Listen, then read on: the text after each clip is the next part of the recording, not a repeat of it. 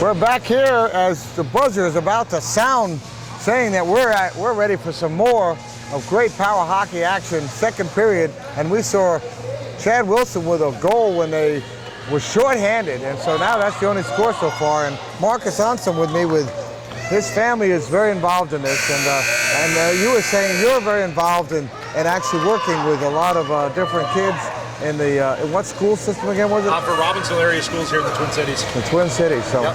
It's incredible. So some of these guys are actually products of that system. Absolutely, I know quite a few of these guys. Obviously my brother Steve played, both of the Wimmergren guys played, the Hughley brothers, Dave Kopp, all these guys have played adapted athletics here for the Minnesota State High School League.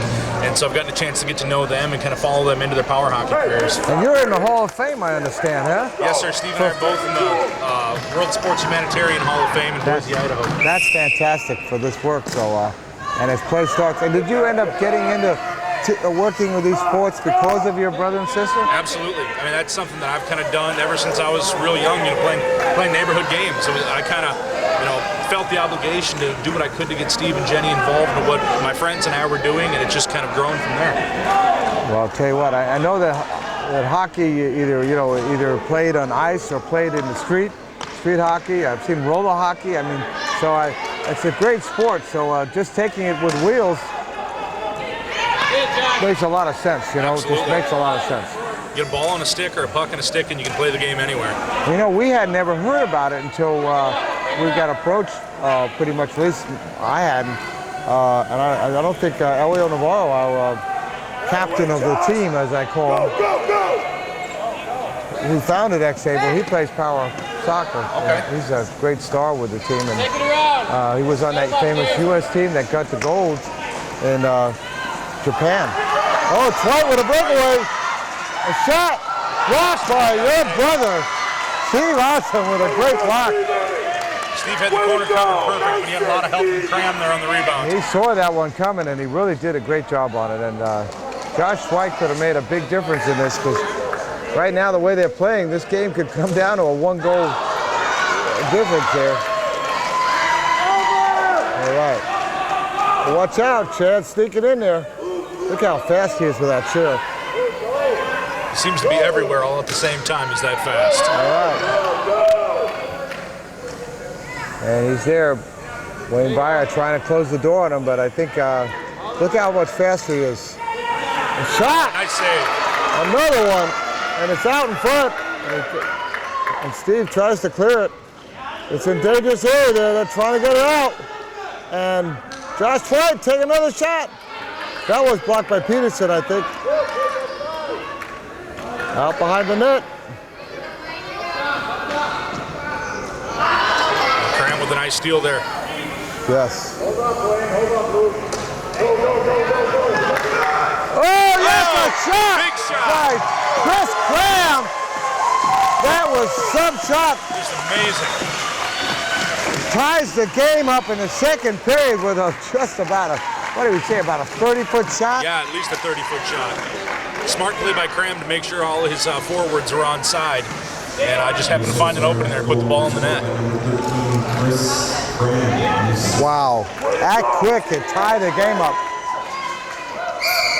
And like I said, this is going to be a close game, and there's Cindy getting in the way with her chair. They're trying to dig it out.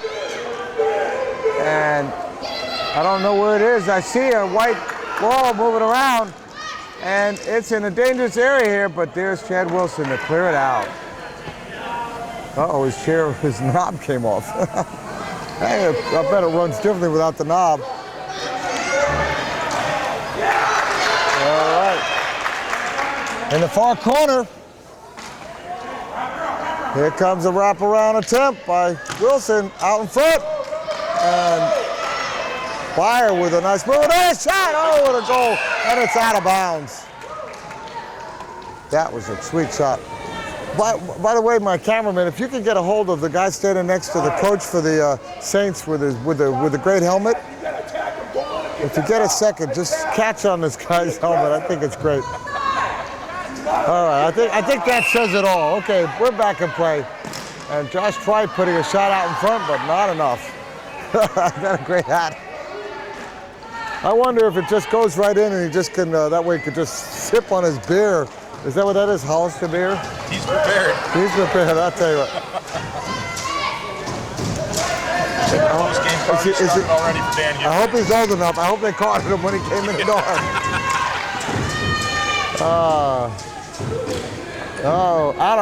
It's still in play. And Chris clears it down the far end. And it said, let's get some pressure in on this black jerseys. Let's give them a little hard time.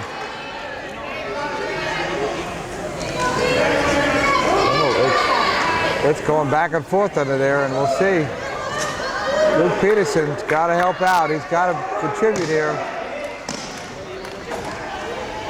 I'd like to see some of these other guys, you know, and girls score, and not only be Will Wilsons and the Crams, but you know. I think from the Stars standpoint, it's going to take somebody other than Cram to score the way the Saints are really shutting him down, other than the one goal. And here's a shot. That was about the best shot I've seen Wayne Byer this whole time. That was a beautiful shot. And that was, look at the way he moves that ball around. Just beautiful stick handling. Just look at that. A shot, wide right. Oh. And going back the other way. Boy, this game's been exciting, isn't it? Certainly has. Two very evenly matched teams going at it here. Well, I hope what we're doing here will be able to help you recruit some more young men and women that are playing in the sports. Look at this, Byer coming in. If he can get it past. Oh, just. By Cindy there. Get him off the pipe. Yeah, I tell you what, that was Cindy Condon with a block there.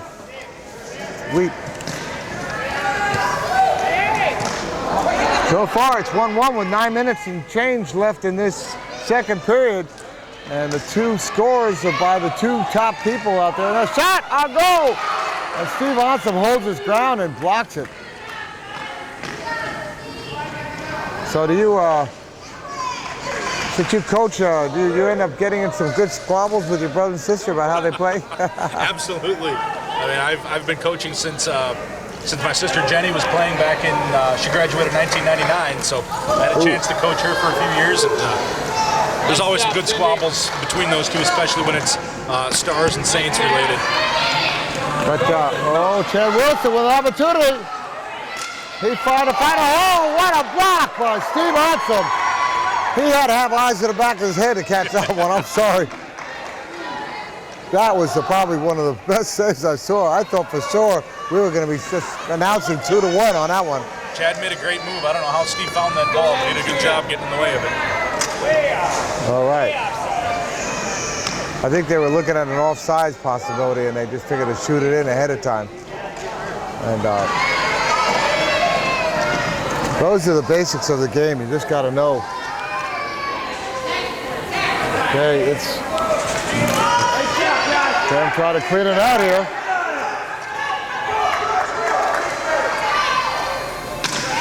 And coming down, Luke Peterson, can he get a hold of it?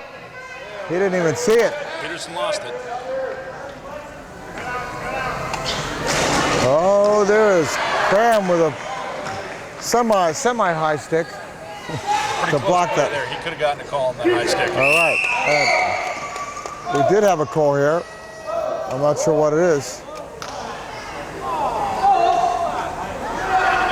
Well, do you know what the call is here? It's on. Is it on Nat? It's on Dave Cap. I got Luke Pedersen on that one too. Luke Pedersen. Oh, we have matching. This is going to make it interesting. And then it'll be 3-on-3. Is that it, or? Who's got the tape? Let's play it back. Not yet. Oh yeah. So we have two people in the penalty box. I'd love to know what that call was. Where we get some. Do you know what that is? Just excessive use of chair on both players? I saw them crash into each other, but I didn't hear the referee make the call. Okay, must be. What they call dangerous driving or excessive use of chair.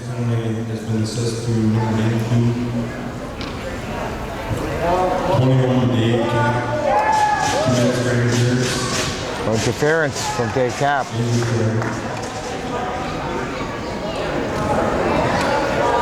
And what's the other one? And the official straightening it out there. Waiting for some clarification, but so the both of them.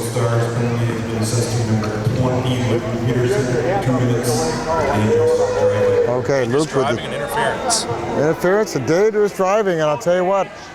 And maybe he was using the cell phone too, without a headset. Anyway, let's see what else they.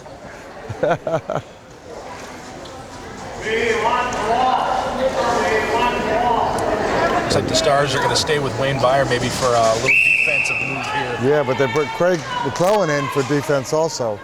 So it's really, I think this is going to make it more exciting, I'll tell you honestly. It opened the game up a little bit. Yeah, I've often felt in the last few days of watching it, I know it would probably limit the amount of people playing, but I think this game would be more interesting as a 3-on-3 with the goalies. Absolutely.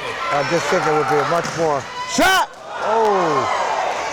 Well, let's see. We have 2 minutes to experience this, and we may not get to see it again. So let's see what it's like. A lot more open territory, a lot more room for these superstars to do what they can. McClellan trying to shut that door down on Chad Wilson, and Chad puts it up and over the net. Okay. With all the firepower out there from the Saints right now, it looks like they're having Chris Cram take more of a defensive approach and hold back deeper in the floor. Yeah, he's holding on to it. I think he feels that maybe they got the worst of the deal. What a shot! Oh, but Sidney blocks it. Up top. Meanwhile, Sarah not. Josh, cover Graham. All right. There they are. They're looking see what Chad Wilson can do. Oh, but also just a little bit wide. 6 minutes left and 30 seconds into dual penalties, and we're seeing a great game. It's tied. You can't ask for any better and more exciting than this. And you're on X-Able, and that shot is, oh God, I thought that was going to go in. It looked like it just hit the top of the net, I guess. Perfectly placed, except for going. Sarah had that corner covered, but Cram certainly gave it a good run, putting it up towards that top corner. There was a little space open. 2 seconds left and the penalties are over. And out come the two players, and another shot by Chris Cram. And blocked. Yeah, Cindy doing a good job there. Cindy and Sarah, a great tandem back there. A couple more products of the Minnesota State High School League's Adapted Athletics program, playing defense for the Saints. Oh, and I'm sure you have a part in some of what they do out there, so it must feel good. Yeah, absolutely. I spent a few years coaching with the Stars when they made a trip to Calgary in '96 and when they went to London, Ontario in '98. It's been fun watching these guys really come together and play this game. Oh, and that is almost out. They almost was offsides there. It was a close call. Another real close play. I was expecting a whistle to blow, but there's 4 minutes and 30 seconds left in this tie game, and we're seeing some great power hockey action here. You're on xable.com. Josh White puts a shot off of Cram. That was a nice shot, though. Another nice shot. He's stepping up his game a little bit there. Absolutely. So this is for the championship of Minneapolis. Maybe a shot. Oh! Big shot. So among these two teams, how many of them altogether have been part of that high school program? So let's see here. We've got 2, 3, 6. It's like 7 or 8 of them. Wow. Played the Minnesota State High School League's Adapted Athletics. That's fantastic. Go with it. And here comes Chad Wilson, puts it up. Oh, awesome. And Chris Cram is trying to clear it out of there. And what a shot that was. So is there like a location difference between the Saints and the Stars? Or is it just two teams in the same area that just happen to have a It started out a lot as just people from the same area playing, and they decided that since the Minnesota team, the Minnesota Stars, Shot! Oh, sorry, practiced buddy. more in the Minneapolis area, this group from the St. Paul Saints kind of took that side of town for their affiliation, although a lot of these players are from the St. Paul area. Well, that's interesting because there are St. Paul Saints wheelchair softball team, and they're the third place finisher in the Nationals. Wow. And the Minnesota Twins is the second place finish, and the Nebraska Barons, which were defending champions, are number 1. And they had to win. They had to beat the Saints to get to play the Twins, and they had to play the Twins twice to win. And they did it 2 years in a row last year. They did it against the Saints, this year against the Twins. Wow. Exciting games. If you want to watch the best of wheelchair softball, go to X-Able. You enjoy it. I think you'll get a kick out of it. Wheelchair softball is a lot of fun to watch. I get into watching a lot of the disabled sports. Obviously, growing up with a brother and sister with a disability, but also... Well, where else can you see it? Have you found another location? There aren't many places around, Courage Center here in Minneapolis has their own power soccer team. They play a little bit of quad rugby there.